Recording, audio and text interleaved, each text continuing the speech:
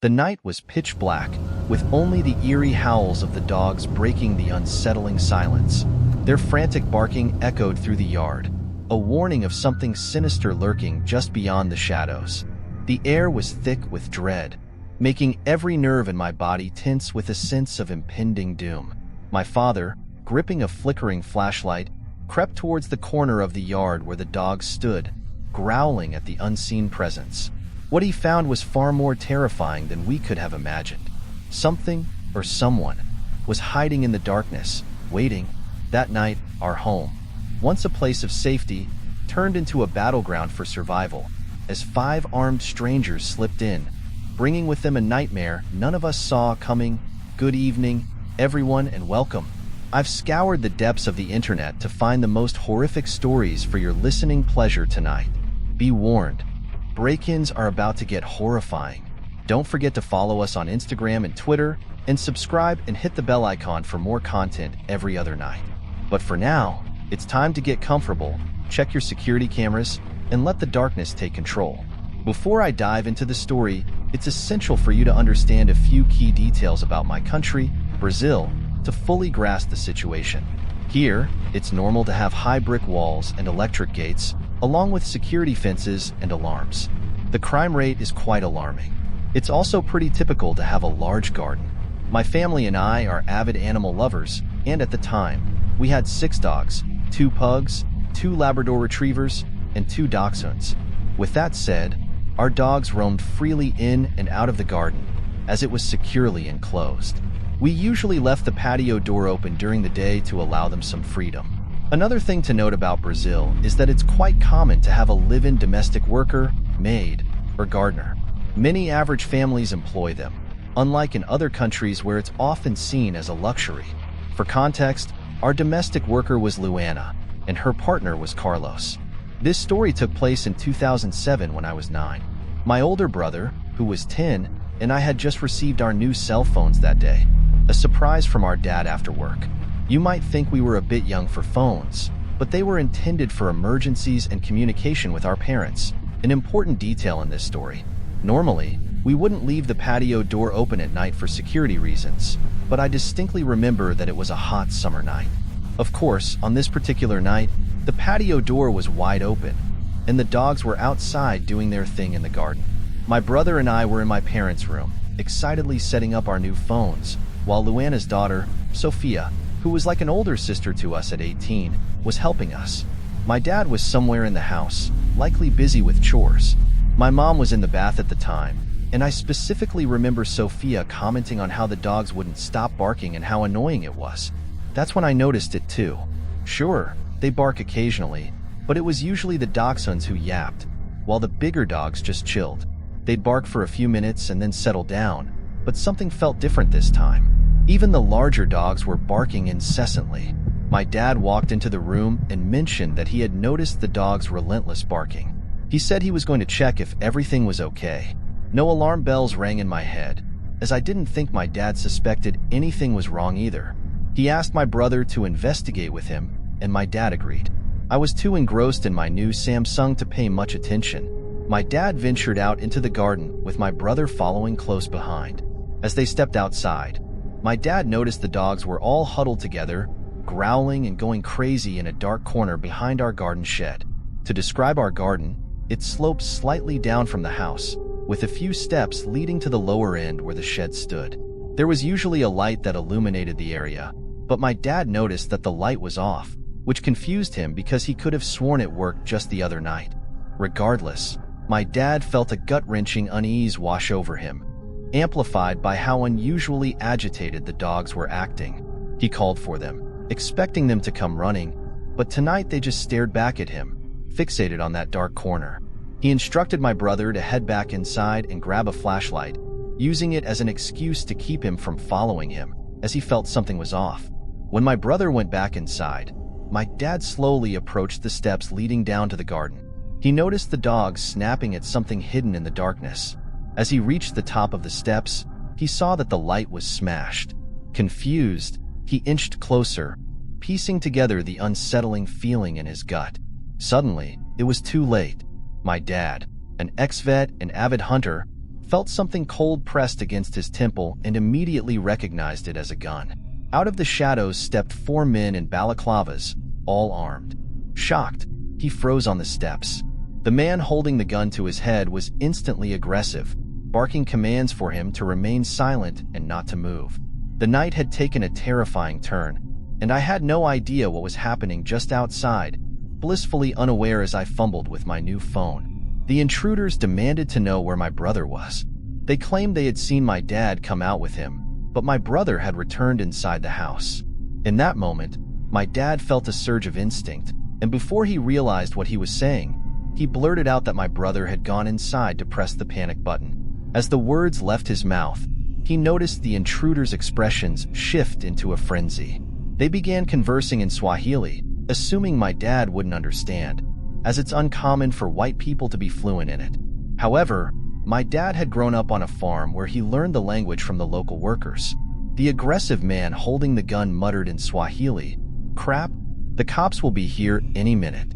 We need to kill this guy, grab what we can and go." The others looked uneasy, especially one smaller man who appeared jittery and kept insisting that he couldn't go back to prison.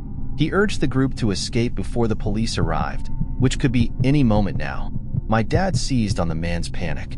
Interrupting their conversation, he pretended not to understand, speaking in English, and claimed that they typically had armed response vehicles patrolling their area. He added that since my brother had triggered the panic button a while ago, the police would likely arrive any second. This revelation seemed to unravel their plan. The smaller man began to freak out, urging the others to leave immediately or risk getting caught. His fear seemed to spread, making the group more anxious and causing them to bicker among themselves. As tensions rose, the man with the gun slowly lowered it, shifting his attention away from my dad and directing it toward his crew. Seeing this as an opportunity, my dad cautiously backed up the steps, his heart racing, and made a break for the house. As luck would have it, he collided with the veranda door just as my unsuspecting brother was heading out with a flashlight. Without a second thought, my dad scooped him up under his arm and dashed inside, leaving the door wide open behind them. It was a reckless move, but at that moment, his only concern was getting my brother to safety as quickly as possible. Unbeknownst to us, and I were completely oblivious to the chaos unfolding just outside. When my dad burst through the door, panic radiated from him as he shouted for us to get to the back of the house. Bedroom doors slammed shut as my dad barked orders. "Get to the attic. There are 5 guys outside with guns, and they're here to hurt us. Get upstairs now." My heart sank, and my body reacted instinctively, propelling me toward the stairs with and hot on my heels. My mom rushed out of the bathroom, wrapped in a towel, her eyes wide with fear. We huddled in the dark attic, silence enveloping us so tightly that I swear you could hear a pin drop. It felt as if we were all holding our breath, waiting to hear something from below. My mom cursed under her breath, realizing she didn't have a phone, nor did my dad. But in my hand, I clutched a brand new Sony Ericsson. What better time to use it than now? My mom called the police, and I swear the operator's voice was like ice.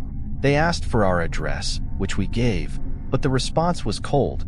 "That's not in our jurisdiction." "Sorry." Click. The line went dead. We were not only terrified, we were utterly flabbergasted. My mom let out a string of curses that would make a sailor blush. Then it hit my dad. He never closed the veranda door. What about Ellie and Vince? They were in their rooms, blissfully unaware of the danger lurking outside. He retrieved his firearm from the safe in the attic and instructed us, "Whatever you hear, do not go downstairs. Stay hidden, no matter what." I sobbed, pleading with my dad not to leave us, but he reassured me that he had to go get Ellie and Vince before something terrible happened to them. Reality hit hard as I realized there were 2 more people in danger, and was in hysterics, fearing for her mother, just as much as we were for our own safety. As my dad disappeared into the darkness, the air was thick with tension. We could still hear the dogs outside, barking furiously, indicating that the men were still on the property. My mom dialed another number, the armed security service that patrolled our neighborhood. They said they'd arrive in 10 to 15 minutes and advised us to wait and stay hidden until they rang the bell at the gate. We all sat in silence, hearts pounding, fearing that we'd hear a gunshot or some sign that the intruders had breached our home. But the silence was almost unbearable, punctuated only by the distant barking of the dogs. After what felt like hours but was probably just a few minutes, we heard heavy footsteps approaching the stairs, and my heart raced. I shut my eyes tightly, praying that it would be my dad returning with Ellie and Vince. Luckily, it was him. He had them with him, and relief washed over us as we all hid for a while longer, the weight of the moment pressing down on us. The dogs had calmed somewhat, but still barked sporadically, sensing the tension in the air. Suddenly, the gate intercom buzzed, and my dad urged us to stay put while he checked it. It was the security company, and after verifying their presence, he opened the gate. The nightmare was finally over. I remember standing up, my knees buckling from the adrenaline coursing through me. The armed security team had somehow notified the correct police department, and they arrived promptly to investigate the garden. They discovered not 5, but 7 pairs of footprints. The intruders had bent the spikes on our walls and climbed over them, gaining access to our property. Shortly after the incident, we installed an electric fence, a grim reminder of that terrifying night. As I went about my chores, living in a relatively safe neighborhood, I felt at ease, and locking the door behind me often slipped my mind. That day was no different. I was unpacking groceries and humming along to the music playing softly in the background when suddenly, a chill ran down my spine. It was an instinctive feeling, something primal that whispered something wasn't right. I shrugged it off and continued with my tasks, trying to dismiss the nagging sensation. But then, as I was putting away some cereal, I heard a faint sound, a soft rustling from the hallway. My heart raced. I paused, straining to hear more clearly, my breath hitching in my throat. It was too quiet. The world outside felt oddly muted, as if the very air was holding its breath. Curiosity tugged at me, but fear quickly took over. I felt my heart thumping in my chest, drowning out the soft music still playing. I took a cautious step toward the hallway, peering around the corner. The dim light of my living room revealed nothing unusual, but the sound was unmistakable, a soft shuffle, as if someone was moving just out of sight. Every horror movie I'd ever watched played in my mind, amplifying my fear. I fought the urge to bolt for the nearest exit, reminding myself that I couldn't let panic take control. Instead, I silently grabbed the kitchen knife, its weight reassuring in my hand. "Hello?" I called out, trying to keep my voice steady, though it quivered slightly. Silence. The only response was the thudding of my heart and the adrenaline coursing through my veins. I took a few tentative steps toward the source of the noise, gripping the knife tightly. As I reached the edge of the hallway, I caught sight of a shadow moving across the wall. My breath caught in my throat as the figure emerged into the light. It was a man, and he was dressed in dark clothing, his face obscured by a hood. "Get out!" I shouted, my voice stronger than I felt. The man paused, surprise flickering across his features, but he quickly regained his composure and took a step toward me. Instinctively, I raised the knife, brandishing it as if it were a shield. He hesitated, and in that split second, I saw an opportunity. I darted past him, my heart racing as I sprinted toward the front door. I fumbled with the lock, my hands trembling, but adrenaline propelled me forward. I finally threw the door open and bolted outside, not looking back. I ran down the hallway, my mind racing, lungs burning, desperate to reach safety. My instincts kicked in, and I knew I needed to get to a nearby store or any place filled with people. As I ran, I heard footsteps behind me, but I didn't dare look back. Finally, I reached a small convenience store, bursting through the door and gasping for breath. The clerk looked at me, wide-eyed, as I frantically explained what had happened. He immediately picked up the phone to call the police while I tried to compose myself. Minutes felt like hours as I waited for help, my mind replaying the encounter. I couldn't shake the feeling of vulnerability, knowing how close I had come to being harmed. The police arrived quickly, taking my statement and assuring me they'd send a patrol to search for the intruder. After they left, I returned home, heart still pounding, but I felt safer knowing I had taken the initiative to escape. The following days were a blur of heightened anxiety. I triple-checked the locks on my doors and even invested in a security system. A constant reminder that my sense of safety could vanish in an instant. This incident changed me in ways I never anticipated. I learned the importance of being aware of my surroundings, and I grew to appreciate the little things. The comfort of a locked door, the peace of knowing someone would always be there to help.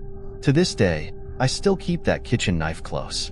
It reminds me of that harrowing experience and the strength I found within myself to escape a situation that could have ended very differently. During the day, especially when I knew my husband would be home soon, I had never forgotten to lock my door in the 5 years since this day. I walked through my bathroom and into my large walk-in closet, beginning to hang up the laundry I had started earlier in the day before work. Suddenly, my front door opened, and I smiled with surprise. My husband was home a little early. I was happy and called out to him, "I'm in here, love." I was met with silence, and slowly, a sinking feeling crept up my spine. Something was wrong. I tried to shake it off, thinking my husband simply hadn't heard me. I walked out into the living room kitchen area, and standing on the other side of the island was a complete stranger. He was male, I'd estimate in his 50s, and he was just standing there, staring. No ski mask, no weapon, just watching me. I wondered if maybe he'd walked into the wrong apartment and was going to apologize and leave, but he just continued to stare. I realized I needed to do something other than just gape at this stranger in my house. I stood tall, puffed out my chest in an attempt to look more threatening, which is hard to do as a small female, and used a loud, clear voice to tell him to get out of my apartment and that he had no business being here. He completely ignored me, as if I hadn't spoken. He then began to pick up my things, my cell phone, my keys, my wallet. He picked them up methodically and put them into his own pockets. That's when it truly hit me. This person was dangerous. I had been naive enough to believe this was all a mistake until that moment. I darted forward toward the only other device I had that would allow me to get help, my computer. I had to take a few steps closer to the intruder to reach it, but I still had about 12 feet between us, so I knew I could grab it and run before he could reach me. As I picked it up and turned to run, I saw him start to move after me. I sprinted back toward the bathroom because it was the only place I could go to put two locked doors between us, my bathroom door and the closet door.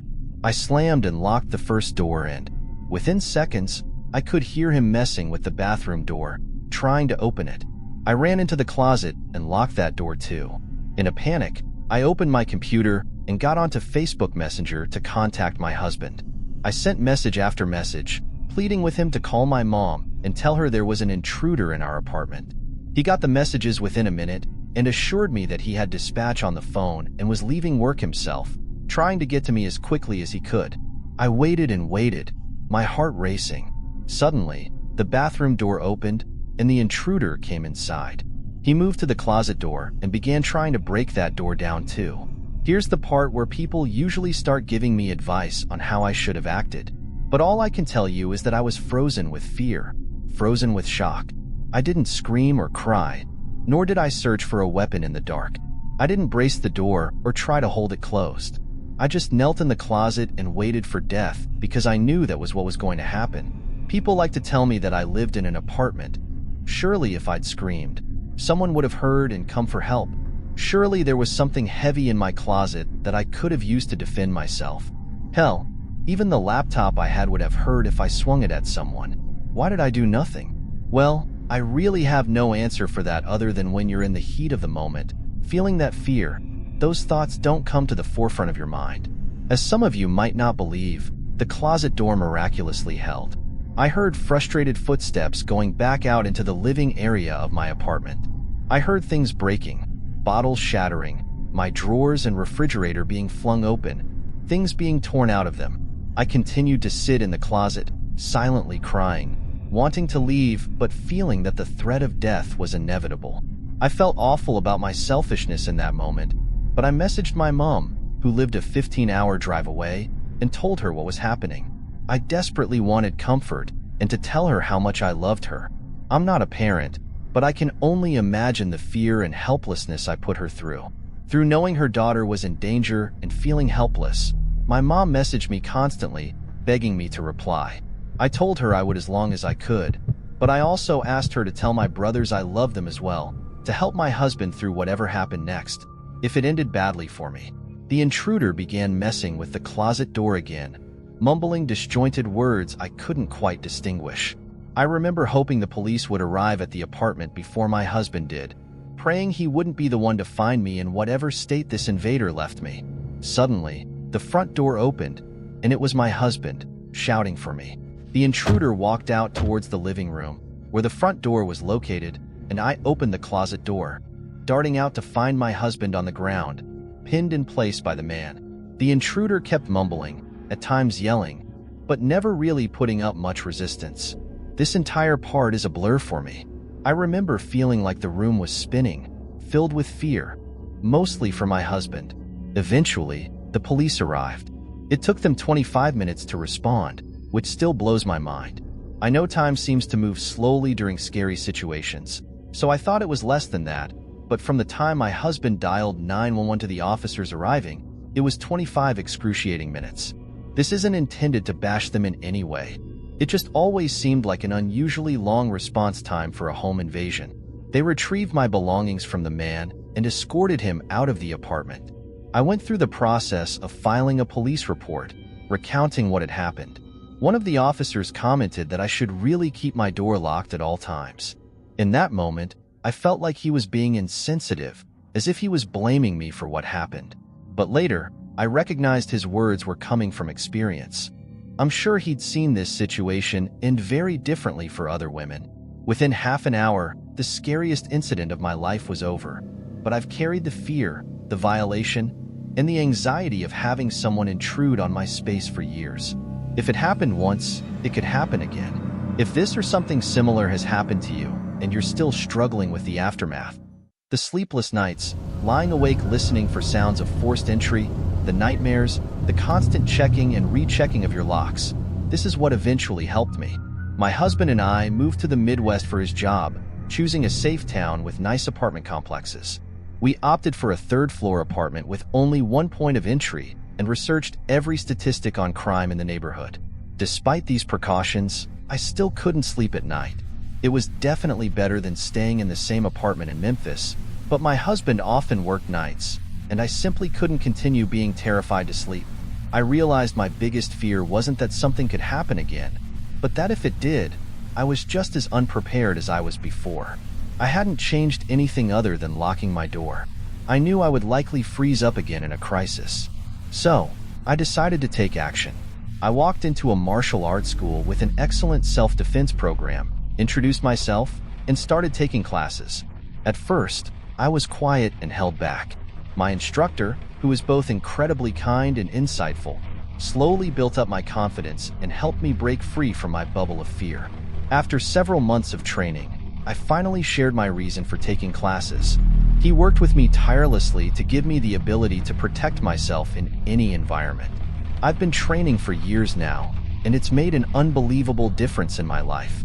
I'm now confident and strong, and I feel worthy of living safely and protecting myself in my own home. I'm no longer ashamed of how I handled that situation. I recognize that the solution I found might not be for everyone. Everyone's experience is valid, and how you choose to cope with your own story is entirely up to you. But this happened to me, and this is what worked. I can only offer my experience to all of you. Remember to lock your doors out there, people, and stay safe. I lived alone in a bad neighborhood just outside the city. At this point, I had been living there for about 3 years with no incidents. Well, I mean there were several shootings on my street, but no one shot at me, so no incidents, I guess. I'm the kind of person who can't sit still for very long, so I often find myself standing or pacing a lot. On this particular night, at about 2 a.m., I was pacing while reading a textbook to prepare for an upcoming test at my university. I stopped for a moment and stood near my front door to read when I heard my doorknob turn. For some reason, I nearly crapped myself. I managed to calmly look down at my deadbolt to double-check that it was locked, and it was. I peered through the peephole to see who was trying to come in, but no one was standing there. This was confusing. I am neither superstitious nor a believer in the supernatural, but I also tend to overthink things, so my first thought was that it was a ghost trying to break into my house. Thankfully, that thought quickly gave way to a more logical one. Maybe someone was trying to go around to the back. I quickly moved to the back door to make sure it was locked, and it was. Just as I turned to return to the front, I heard the doorknob turn again. My heart was pounding now, and my dog, a big protective teddy bear, was looking at me with major concern in his eyes. I glanced at the peephole again, but still, no one was there. Then, I heard a small knock on my door. As I looked through the peephole, a small child's voice said, "Let me in." There was silence, followed by the voice again, "Let me in." I pressed my mouth against my hand, trying to stifle my breathing. Through the peephole, I saw a small girl, probably about 3 years old, walk to the edge of my porch and peer into my bushes. She then nodded and said, "Okay," in what I thought was supposed to be a whisper. She walked closer to the door again, and I lost sight of her through the peephole. She tried the handle again, knocked and said, "Please help me. My uncle is a cop." I remembered hearing about people using children as a ruse to get others to open their doors before blitz attacks, so I was pretty sure that's what was happening. I wasn't sure how to handle the situation, so I just said, not even into a phone, "Hi, I think someone's trying to break into my apartment. Yeah, this is my address. Yeah, I'll stay on the line." Just then, I saw a shadow emerge from my bushes. Thankfully, they scooped the kid and ran off. There were 2 people, the kid and the adults who tried to break into my apartment to rob and or kill me. Let's not meet again.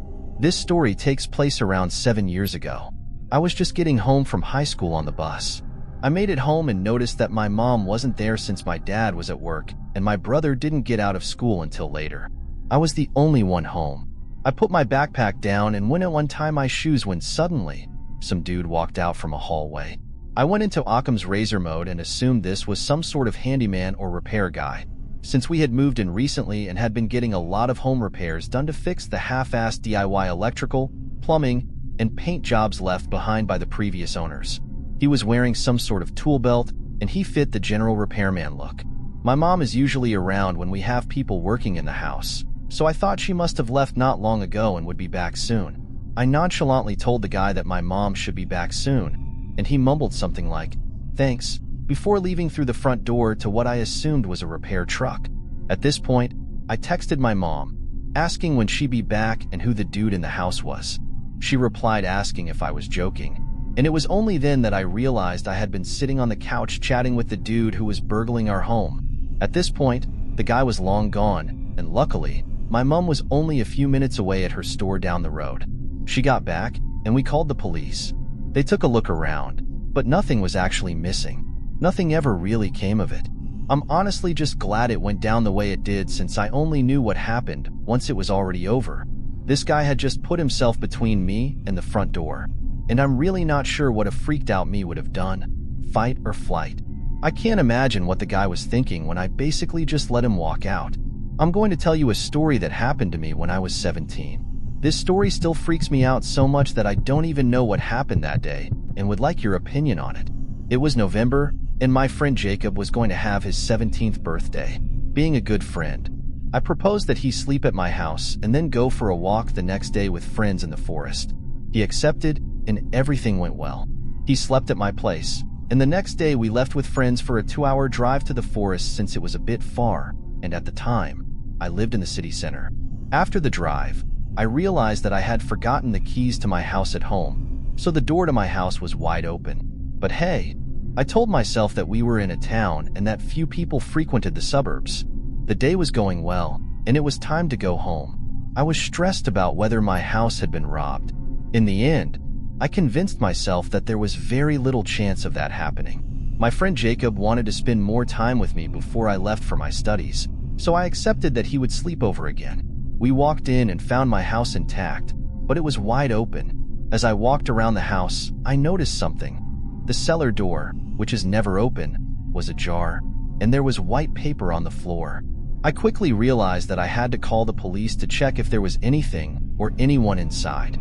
Jacob then decided to shout that if a stranger didn't come out, the police would take care of it. I was paralyzed with fear. That's when the stranger in the cellar cried out, "You're not at home. Get out of here, or I'll lock you up." Jacob got scared and asked me to check if the police were there. Fortunately, they arrived, came in, and got him out.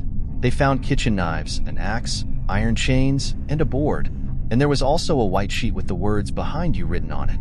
I still don't understand everything that the police told me, but it turns out that the individual had escaped from an asylum. I'm 25 now, and always check if I have my keys with me or not. Don't leave your doors unlocked. This happened when I was 16 in high school. My friend Lisa had a lot of money, and her house was huge. She lived right next to our high school. So every time we had a break or something, the three of us would just chill there and have a lot of sleepovers. It was this enormous house that rich people lived in, so it was awesome to stay there. One night, we decided to spend the night at her place.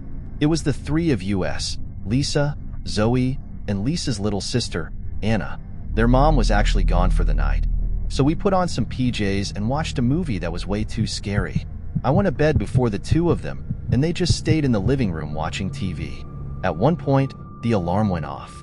This happens sometimes, so Lisa just wanted to turn it off, and that was it. But 10 minutes later, it went off again. That's when it got frightening because it's not supposed to do that. The alarm only goes off when humans come by, since the house was located in the middle of the forest. We all knew that sometimes animals would approach the house, as it had happened before, but it was calibrated for humans and had never malfunctioned before. We got a bit nervous, so we went upstairs, opened the windows to look out into the garden and around the house, but we saw nothing. We even went to the balcony in the middle of the night and couldn't see a thing. I was alone on the balcony at one point when the alarm went off again, and the automatic lights around the swimming pool turned on. That meant something was near the pool, and I was just above it. I got so scared that I was on my knees, staying there until my friend deactivated the alarm and the lights. I then ran inside the house. At this point, we were really scared, and I started thinking about what it could be. If it had to be any human, all our lights were on, and they knew we were home. We turned all the lights off and ran downstairs to hide. As we stood there huddled together in the darkness, we saw flashlights moving through the garden. There were definitely people here now, and we were all very jittery and on edge, being children alone with no adult supervision. The flashlights came and went, and it felt like hours. At one point, two of my friends ran upstairs in fear. While we were waiting huddled together, we saw a flashlight literally pass by our faces, and we were 100% sure we had been seen. We were paralyzed in fear, not knowing what these people were going to do to us, as there were certainly more than one. When we felt brave, we gathered our confidence and ran all the way around the house. When we reached the front door, we heard people walking by and banging on it. As you can imagine, being children, we were absolutely terrified and had no idea what to do. None of us instinctively thought to call the police. We could hear them moving around the house, knowing full well that we were inside. The four of us huddled together, waiting until they finally left. The next day, when her mom got back, she scolded us for not calling the police, but we were scared. I'm so glad that they didn't manage to get in and rob anything or do who knows to us. We were so frightened that they would come back that we never slept over again. My fiancé and I are soon to be married, and we are remodeling an old family home. We started working on the house about 2 to 3 months ago. My fiancé bought a bunch of tools to use for the renovations. The house itself has been sitting empty for over a year. Keep in mind, it's located in a fairly rural area with only a few houses and trailers around, so there's not much traffic. We have a rodent problem and have been setting traps to catch them. 3 weeks ago, my fiancé went to check the traps and found a rat that was still alive. Long story short, he didn't want to take care of it, so he left. I got to work at 9 p.m., went over to the house, and took care of the rat. It was raining, and my mom and brother came with me. When I got to the back door, it was wide open, and water was blowing into the house. I was furious. I thought my fiancé had left the door open, so I closed it and finished my business there. When I asked him why he left the door open, he claimed he didn't. I called BS on that and left it at that. It didn't occur to me that someone might have made their way inside. Fast forward a little while. My fiancé went to our house to throw a bunch of trash and stuff into the dumpster. We then went inside and immediately noticed that some of our things were missing. Drills, sanders, and other items had been stolen. We called my mother-in-law to tell her, and she advised us to make a police report.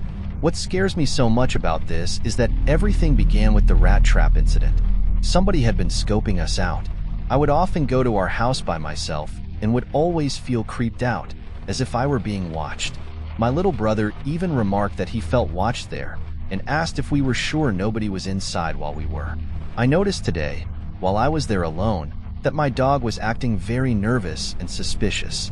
She wasn't running and playing like she usually did, and she didn't want me to go into the backyard or wooded area. I'm glad I trusted her in my gut. I don't know if the thieves were there, but I'm relieved I didn't find out. We actually installed cameras and caught a car pulling in as if it were scoping out the place. The people inside never got out, but they eventually left. We asked a few of my fiance's family members about it, but that turned out to be a mistake. One of them went and spread the word that we have cameras, and someone in our neighborhood who owned the vehicle we caught on camera slipped up and mentioned that they already knew things had been stolen, which, to me, was basically a confession. We hadn't told anyone about the robbery until the incident with the car was caught on camera. Now, more people than necessary know about it, and we probably won't catch the person who did it. We still turn the footage into the police, though. Maybe they can dig up something. Now, I'm going to share with you the single most terrifying and funny thing that has ever happened to me in my entire life. To understand this story, you'll need a little bit of context. First, the house I shared with a few friends, or at least did at the time, had a basement. None of us used the basement much, as it had a dirt floor. This brings me to my second piece of information. I, or at least I used to, really enjoyed playing Dungeons and Dragons. We had a party and everything set up, and we were well into our campaign. The story goes like this. It was a November evening, dark outside quite early in the upper hemisphere.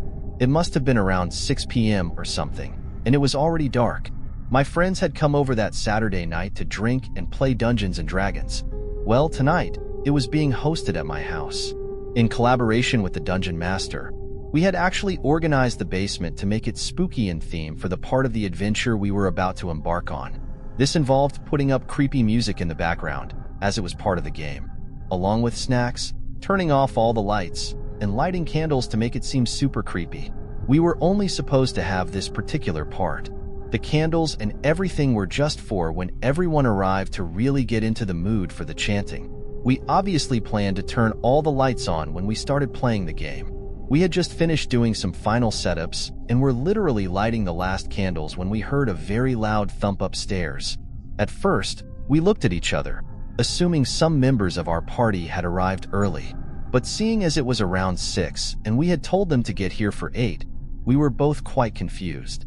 We exchanged glances when we heard banging continue. At this point, it sounded like someone had broken the door down. They hadn't actually. They had used a crowbar. Well, when we realized that multiple footsteps indicated people had just entered my home without my permission, we quickly hid underneath the basement stairs.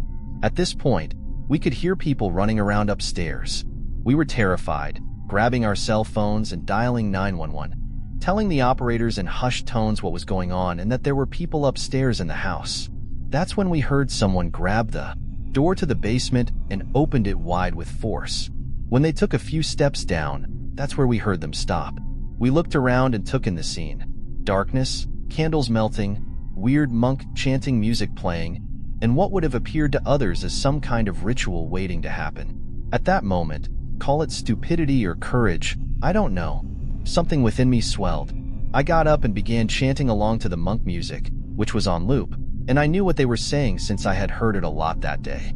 With a blanket that was just next to me in the basement, I draped it over my head like a fool and began approaching the stairs while chanting. I kid you not, the home invader screamed like a little girl, and the other guy jumped in horror. He was only a few steps behind him on the stairs. They took one good look at me and ran straight out of the house. When the police arrived, we were informed that they probably scoped the house and assumed that because my friend had taken me and I'd left my car with my girlfriend, they thought it would be a good time to break in. We obviously had to cancel Dungeons and Dragons that night, and even though nothing was stolen, it still leaves me with an overwhelming fear and sense of insecurity, ***. As everything settled down, I couldn't shake off that moment, the fear, the thrill, and a bit of pride for having faced the intruders. Whenever I recall it, I can't help but smile at myself, but there's always that lingering anxiety about safety in my own home. From that night on, I learned an important lesson about protecting myself and my loved ones. If you enjoyed this story, Please remember to like, share, and comment your thoughts below. Don't forget to subscribe to our channel so you won't miss any of our future spooky tales. Thank you for watching.